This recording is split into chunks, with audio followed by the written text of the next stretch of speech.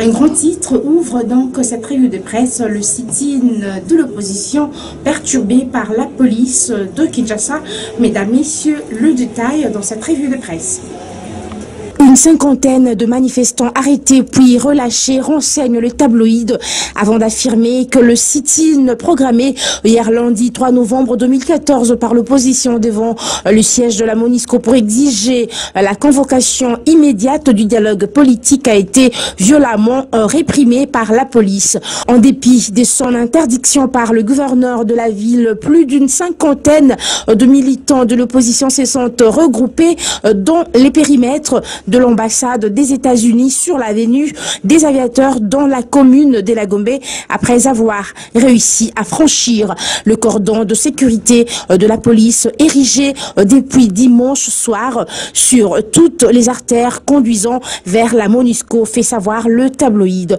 Dans une autre colonne, le journal écrit une dizaine de manifestants sur la centaine présents devant l'ambassade des États-Unis ont percé les barrières policières et puis s'afficher devant le siège de la MONUSCO pendant qu'un grand nombre d'entre eux étaient renvoyés par des gaz lacrymogènes lancés par les forces de l'ordre.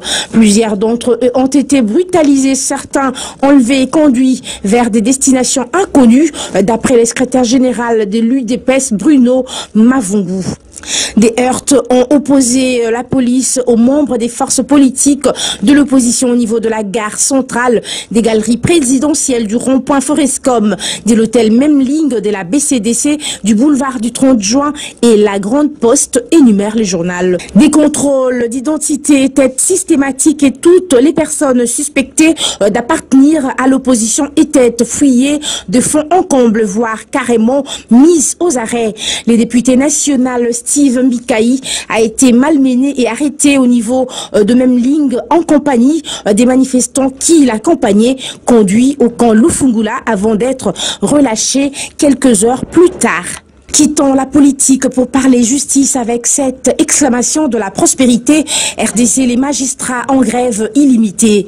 Plus d'une semaine après l'Assemblée générale de hauts magistrats africains à Kinshasa, quelques 3 jours seulement après la rentrée judiciaire en RDC, les magistrats congolais décrètent une grève illimitée. La décision a été prise hier lundi 3 novembre 2014, renseigne le journal.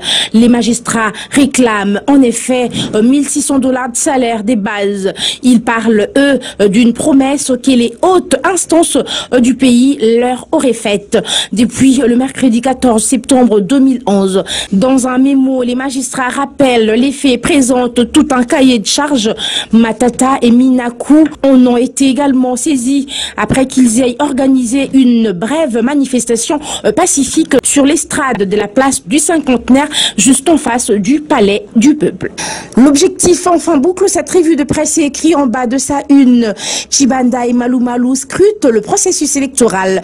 Dans son argumentaire, le journal écrit: le président de la CENI, Abbé Apollinaire Malou Malou, s'est entretenu avec les ministres des Affaires étrangères et de la coopération internationale et de la francophonie de la RDC, Raymond Chibanda, mercredi 29 octobre 2014, fait savoir le journal sur l'évolution du processus électoral. Le ministre des Affaires étrangères est allé à la source des préparatifs des élections urbaines, municipales et locales.